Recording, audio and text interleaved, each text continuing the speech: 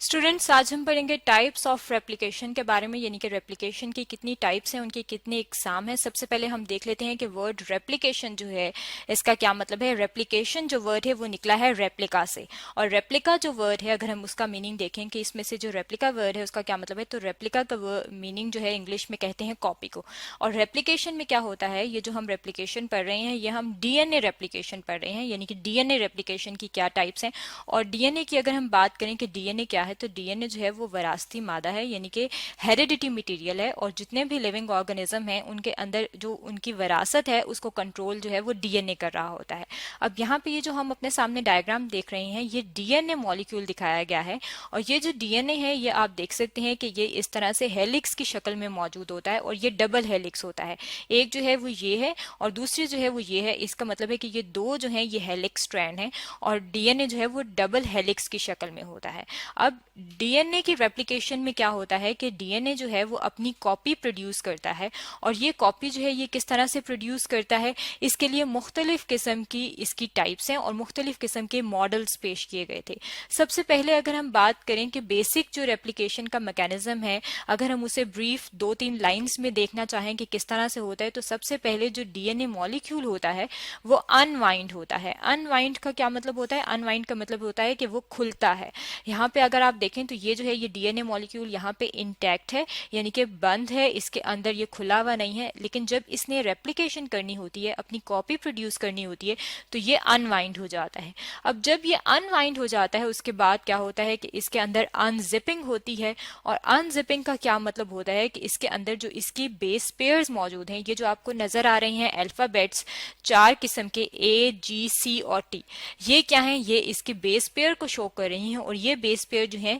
Lost हो जाती हैं, यानी कि ये क्या हो जाती हैं, यहाँ से जो है ये अलग हो जाती हैं। इसके बाद ये जो दोनों स्ट्रैंड्स थे जो कि पेरेंट स्ट्रैंड होते हैं, अगर हम यहाँ पे उनको टिक कर लें, ये वाला जो स्ट्रैंड है और ये जो स्ट्रैंड है ये पेरेंट स्ट्रैंड है। ये जो पेरेंट स्ट्रैंड है ये टेम्पलेट के तौर पे एक्ट करते हैं। टेम्पलेट के तौर पे किस तरह से एक्ट करते हैं कि ये जो है इन्हीं की जो दोबारा से जो कॉम्प्लीमेंट्री कॉपी है वो बनती है, यानी कि ये जो है दोबारा से पहले जो था ये क्या बन जाता है, ये टेम्पलेट बन जाता है, और इसके साथ का जो बेस पेयर का सीक्वेंस है वो आके लगता है। यानी कि जो टी है, टी जो बेस पेयर है जिसे थायमिन कहा जाता है उसके साथ ए लगता है, और जो जी है गुआनिन उसके साथ सी लगता है। तो ये कॉम्प्लीमेंट है आपस में। इस तरह से जब ये टेम्पलेट के तौर पे एक्ट करता है और इनकी कॉम्प्लीमेंट्री बेस पेयरिंग कंप्लीट हो जाती है, तो क्या हो जाता है, एक नया स्ट्रैंड बन जाता है। और जब नया स्ट्रैंड बन जाता है तो हम क्या कहते हैं, हम कहते हैं कि रेप्लिकेशन जो है वो कंप्लीट हो गई है। अब ये जो रेप्लिकेशन जो हमने स्टडी की है कि इस तरह से होती है, ये रेप्लिकेशन जो है अगर हम इसकी बात करें तो इसकी ये मैकेनिज्म जो है कि किस तरीके से होता है उसके लिए डिफरेंट मॉडल्स पेश किए गए थे। अब अगर हम बात कर लें उन मॉडल्स की कि वो कौन कौन से हैं, तो सबसे पहले जो है वो हम उनके नेम देख लेते हैं। सबसे फर्स्ट जो मॉडल है उसे कहा जाता है कंजर्वेटिव मॉडल, जो सेकंड नंबर पे आता है उसे कहा जाता है डिस्पर्सिव मॉडल, और जो थर्ड नंबर पे आता है उसे कहा जाता है सेमी कंजर्वेटिव मॉडल। यानी कि ये 3 मॉडल के नेम्स हैं जो कि बता रहे हैं कि रेप्लिकेशन जो है वो किस तरह से होती है, और ये जो नए स्ट्रैंड बनते हैं वो किस तरह से बनते हैं। अब हम वन बाय वन जो है वो इनको देख लेते हैं। इनको समझने के लिए सबसे पहले यहाँ पे हम अपने सामने एक डायग्राम ले आते हैं। यहाँ पे जो है अगर हम देखें तो यहाँ पे हमें 2 डायग्राम दिखाई गई हैं। अब इसमें से एक जो है अगर हम उसकी बात करें तो ये वाला जो है अगर हम इसे देखें तो ये कंजर्वेटिव मॉडल जो है वो इस डायग्राम में बताया गया है। अब कंजर्वेटिव मॉडल जो है अगर हम उसके लफ्ज की तरफ देखें तो ये कंजर्वेटिव जो है ये कंजर्व से निकला है, और कंजर्व कहते हैं बचाना, यानी कि खर्च नहीं करना। अब कंजर्वेटिव मॉडल में क्या होता है कि जो पेरेंटल डीएनए है, यहाँ पे ये जो पिंक कलर का दिखाया गया है ये पेरेंटल डीएनए, ये बिल्कुल इंटैक्ट रहता है, यानी कि अब ये खुलता नहीं है, इसकी अनजिपिंग नहीं होती, बल्कि ये इसी तरह से डुप्लेक्स स्टेट में मौजूद रहता है। और जो डॉटर डीएनए बनता है वो नए स्ट्रैंड से बनता है। यहाँ पे कलर जो है वो डिफरेंट जो है वो दिखाया गया है, क्योंकि यहाँ पे ब्लू कलर दिखाया गया, तो ये ब्लू कलर इसलिए दिखाया गया है कि पेरेंट का कलर जो है वो पिंक में दिखाया गया है, कि ये जो है ये बिल्कुल एक नई चीज बन गई है। इसका मतलब है कि पेरेंटल जो इसके अंदर डीएनए है, डुप्लेक्स है, वो कंजर्व रहा है, वो उसी तरह इंटैक्ट रहा है, और जो नया जो डॉटर स्ट्रैंड बने हैं वो नए तरीके से बने हैं, यानी कि नए उनके अंदर मॉलिक्यूल जो हैं डीएनए के वो इकट्ठे हुए हैं, और उसके बाद उन्होंने एक नया डीएनए डुप्लेक्स जो है वो बना दिया है। अब अगर हम बात करें डिस्पर्सिव मॉडल की,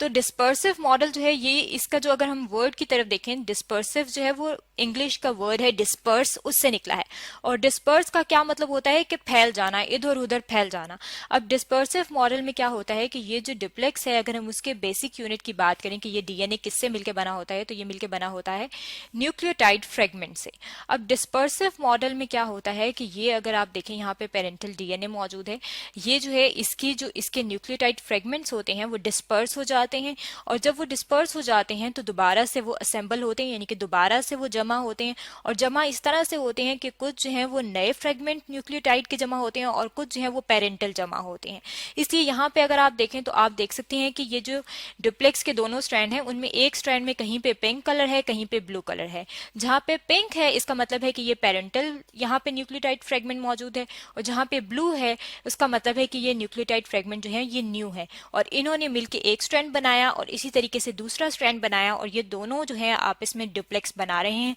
और इस तरह से ये पूरा जो है वो कॉपी बना रहे हैं अपने पेरेंटल डीएनए की, यानी कि क्या हो रहा है, रेप्लिकेशन हो रही है डीएनए की। अब अगर हम बात करें सेमी कंजर्वेटिव मॉडल की, तो सेमी कंजर्वेटिव मॉडल में क्या होता है, सेमी जो है, सेमी का मीनिंग होता है हाफ। कंजर्व जो है कि आधा जो है वो उसी तरीके से बचा हुआ रहता है और बाकी जो हाफ है वो चेंज हो जाता है। इसमें क्या होता है, यहाँ पे आप देख सकते हैं कि ये पेरेंटल डुप्लेक्स डीएनए मौजूद है। अब उसमें से एक स्ट्रैंड जो है वो इसी तरीके से कंजर्व रहेगा, लेकिन जो दूसरा स्ट्रैंड है यहाँ पे इसके साथ दूसरे स्ट्रैंड पिंक नहीं आके लगा बल्कि ब्लू वाला स्ट्रैंड लग गया। इसका मतलब है कि हाफ जो है पेरेंटल डीएनए का जो डुप्लेक्स है उसमें से एक स्ट्रैंड उस डुप्लेक्स का जो है वो इसके अंदर मौजूद होता है, कंजर्व रहता है, और जो दूसरा है वो इसके अंदर नया बनता है। इस तरीके से ये जो नया बनता है जिसे हम डॉटर जो है ये रेप्लिका कहते हैं, या जो नया इसकी कॉपी बन रही है डीएनए की, ये क्या होती है, ये हाइब्रिड फॉर्म में होती है। हाइब्रिड का मतलब होता है कि इसके अंदर दोनों चीजें मौजूद हैं, पेरेंटल भी मौजूद है और जो नए न्यूक्लियोटाइड के फ्रेगमेंट्स थे वो भी आपस में मिलकर एक स्ट्रैंड बना रहे हैं, और ये दोनों स्ट्रैंड जब एक पेरेंटल और एक नया वाला आपस में मिलते हैं तो ये क्या बना देते हैं,